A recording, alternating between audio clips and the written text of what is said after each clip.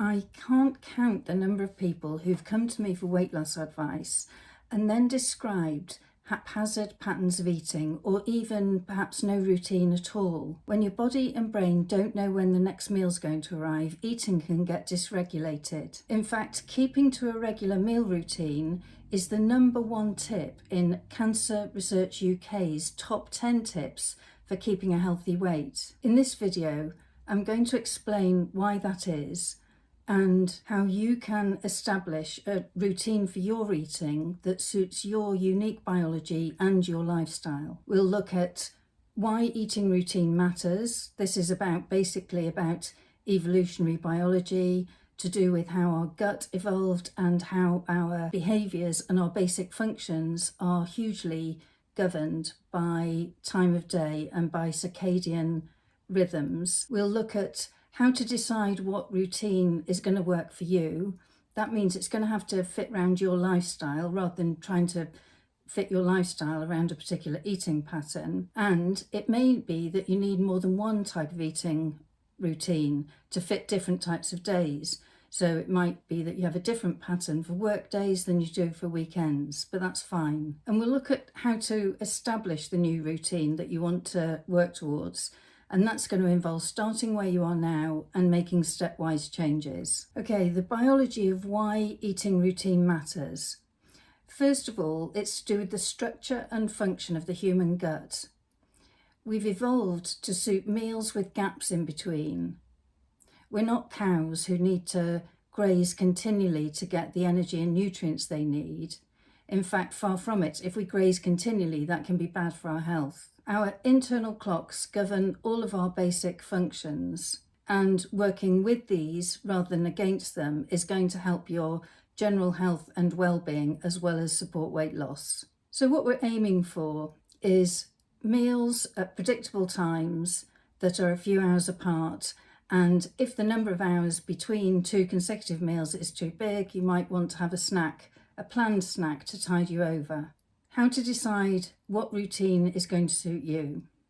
Well, the first thing to say is that there isn't one routine that suits everybody, and there's no rule that says how many meals a day you have to have. The principles here that we're going to use are really simple.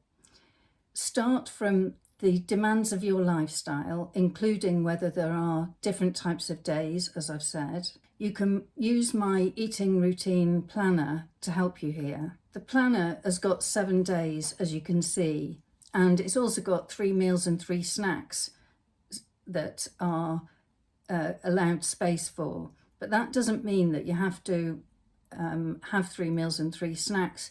You need to decide the right number of meals for you, when those need to be in the day, and then put the snacks in afterwards if it looks like or if you already know that you've got too long a gap between particular meals. You also don't need to fill in all 7 days, because if certain days are all the same, you just fill in one type of day. So it might be that you put in a type of weekday and maybe a type of weekend day. This flexibility is really obviously important and practical, and it allows for the sort of flexibility that we have in our everyday lives. Here's an example of Mona's planner. She works Monday to Thursday. She looks after her grandchildren on a Friday, and weekends are her downtime. On weekdays, her lunchtime is set by the demands of her work, and she has breakfast before she leaves the house. So those two things are fixed, really. Because of the distance between breakfast and lunch, she knows from experience that she gets hungry in the morning, so she's included a planned snack in the middle of the morning. She has dinner with her partner at about 6 o'clock in the evening on weekdays, and that works okay.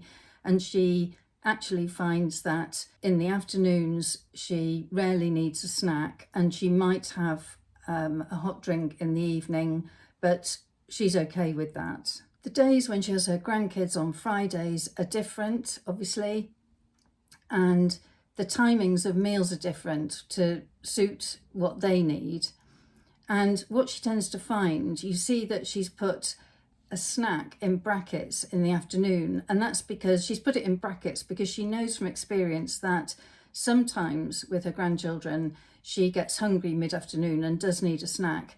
other times she doesn't. So it's like having an optional snack. On those days, her evening meal is a lot earlier, so she prefers to have a planned snack in the evening. Weekends are different again, and the pattern that she's chosen suits this lifestyle and suits her biology. She finds that 3 meals a day is what works for her, with occasional snacks planned in. Remember that when you fill this planner in, it doesn't have to be perfect. It's a working document and you're going to be adjusting as you go. So our next question is how to establish the new routine. Start by comparing how you eat now with what's on your plan. There may be lots of differences, there may be only a few, but what you can do is think of each of these differences as a specific eating habit that you want to change. So it's only the things that are different that you're going to change, but you're going to be working on those specifically.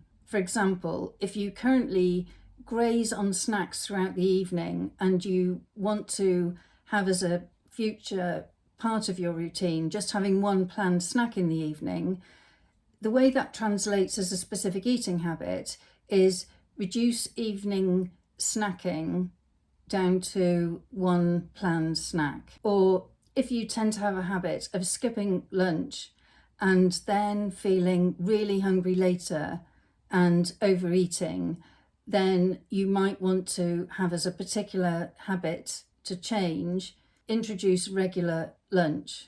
As you can see, we're taking a radically different approach to conventional dieting here. You're being realistic about where you are now. You're thinking about where you want to get to in terms of a regular eating pattern. You're identifying what needs to change to get there and working through those steps one at a time. And all of this is based on the science of psychology and behaviour change. My book, How to Retrain Your Appetite, explains more about establishing your new eating routine and about the approach of appetite retraining overall. You can find the link to the book in the description for this video, along with details of other ways that I can help you make changes. In the next video, we'll be getting specific about how to identify the eating habits that you need to change. Now, that might include what we've talked about here. It might include specific things about your eating routine, but we'll also be looking at aspects of overeating and of unintended eating, because for so many people, eating more than you intended or eating when you didn't intend to eat at all can both really contribute to feeling stuck around weight and health. If you found this video helpful, please like, subscribe and share it with anybody else you think might benefit.